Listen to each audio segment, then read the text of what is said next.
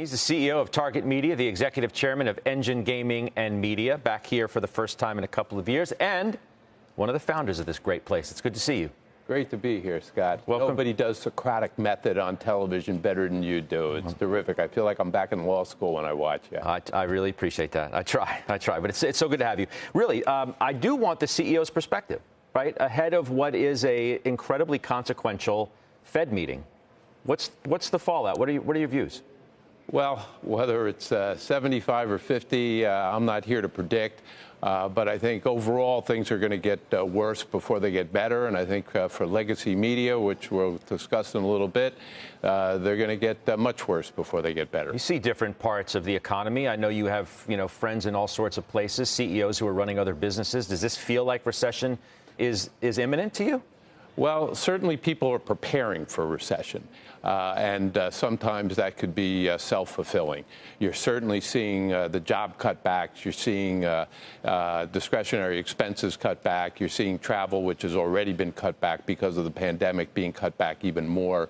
So certainly people are preparing for that eventuality, and the preparation itself can be self-fulfilling. Let's get into your wheelhouse, if we could, because this is in many ways the year of, a handful of stocks that have been of the biggest of stories, and Netflix is among them.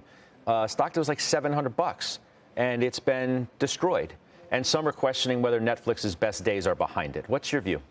Well, my view is the market has overreacted with respect to Netflix and streaming in general, to the downside, and underreacted in terms of the downside potential of legacy media.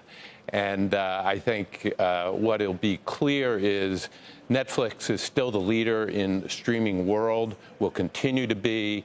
There are some 500 million cable and satellite subscribers around the world who are still linear television viewers who, unless you think something abruptly is going to change and people are going to stop being attracted to all good programming going to streaming media, a lot of them are going to be converted to streaming media, and Netflix has the pole position. I mean, you tighten your wallet a little bit more if we do have a recession like you say people are preparing for. You have many more competitors on the landscape than you used to have.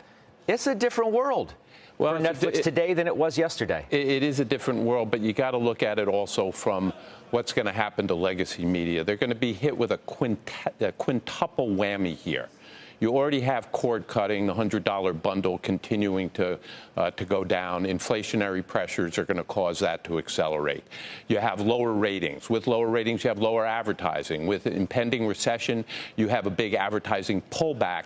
And on top of the advertising pullback, what you have is a reallocation of money from top of the funnel, so-called brand advertising, to performance advertising, which favors the digital crowd. So all that's going to hit. What you have with streaming, even though people are worried about the inflationary impact on Netflix and the streaming industry generally, the bundle is going to get hit worse. $100 is where you're going to save the money. You're going to pick up some streaming services in return. Moreover, what we've seen on cable and satellite in other recessions is people pull back on out-of-home entertainment spending and rely more on in-home entertainment spending. The prevailing in-home entertainment today is streaming media, and so they're also going to be able to benefit some from more focus on in-home versus out-of-home entertainment. Well, I feel like legacy media has been declared dead like 1,000 times, and that death has been greatly exaggerated over the last handful of years, notwithstanding some of the obvious metrics that people are seeing, that you're suggesting are only going to get a lot worse. But maybe it's not as bad ultimately as you suggest that it might be. Well, that's a fair point. Certainly when we were at NBC, a broadcast-only network, and people said broadcasters were dead, and we made a transition to cable, and you are here today to see how successful that transition was. The difference is broadcasters were transitioning to a far better model than the cable model. Cable and satellite model, best model known to man. Maybe only 20-25% of households ever watch a network, but you get paid across 100% of them.